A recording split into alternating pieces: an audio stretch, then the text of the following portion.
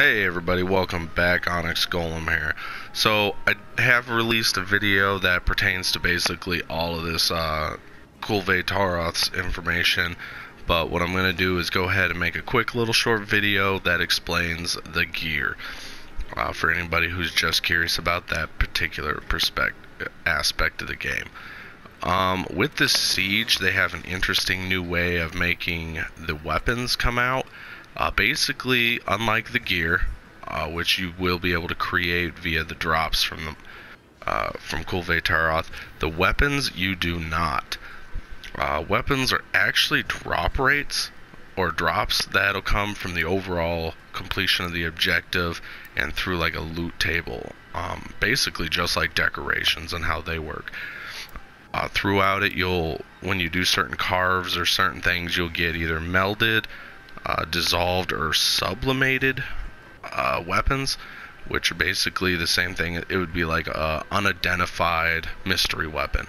At the end of completing the overall objective, at the reward screen, you'll be allocated the chance to roll them and find out what they come out as.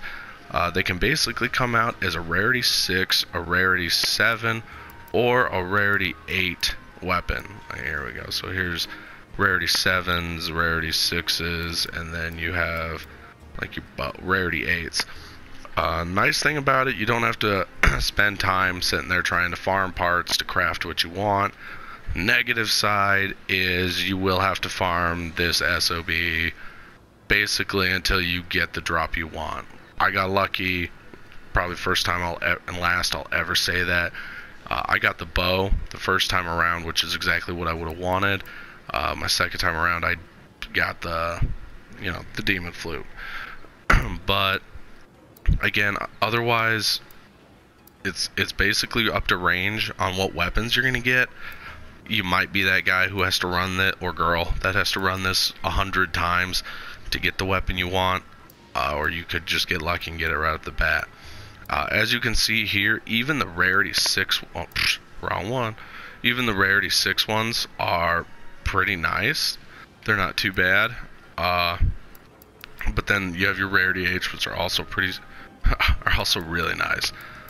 It seems they don't have any direct correlation between each, as in like the bow is thunder, your flute is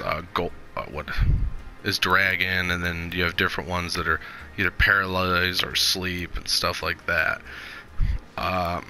But as you can see, pretty much so far from what I see, both of them do come with a level 3 gem slot, so that's pretty sweet. They also, of course, get one augmentation. That's really the only upgrading you're allotted to do with them. You can't even upgrade, like if you get a rarity 6, you cannot get the option to upgrade it to a rarity 7 or rarity 8. You basically will have to loot roll to get rarity 8 ones if that is what you want. The highlight though is pretty much all of them are hidden element. I guess this one's not, but a lot of them are hidden elements, as you can see here, like thunder. But what's nice about the overall gear from the set, I'll go freaking pull that up. But the actual gear that you can craft from Kulve Taroth is nice. If you have just the helmet and the gloves and waist, then it'll give the level 3 free element. So you can see here, free element up. So that's pretty nice. So they do kind of work a bit hand in hand. Let's see.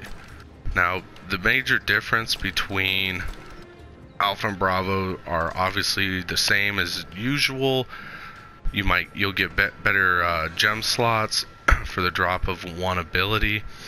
Some of the abilities are pretty nice though. Like me, I kind of like Agitator given certain circumstances.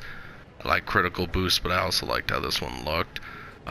Appearance wise, the waist has a slight difference between Alpha and Bravo.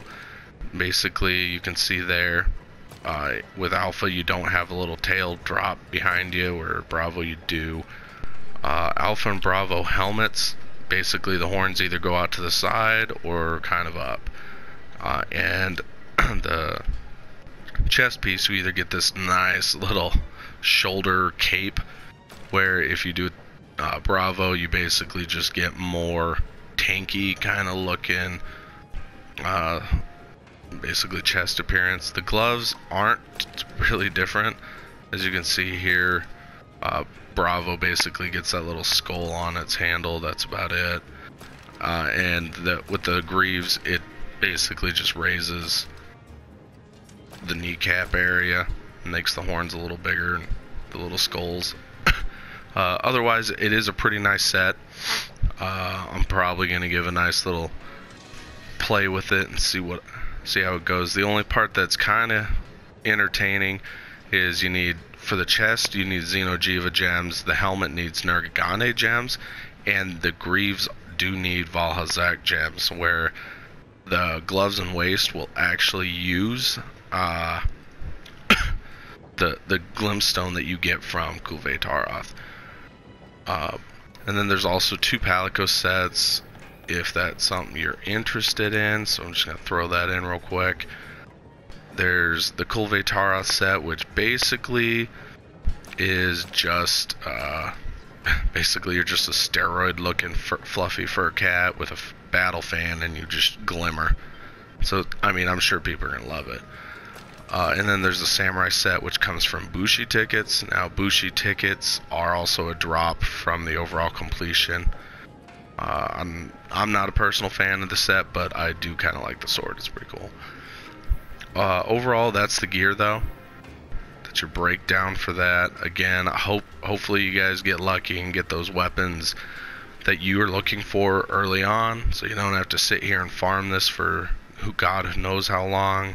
Again, I'm also not sure I'm a fan of the idea that the gear is a loot drop, just for the fact that if you're that unlucky dude that runs this 100 times, never gets it, and then the event expires, you're kind of SOL on that.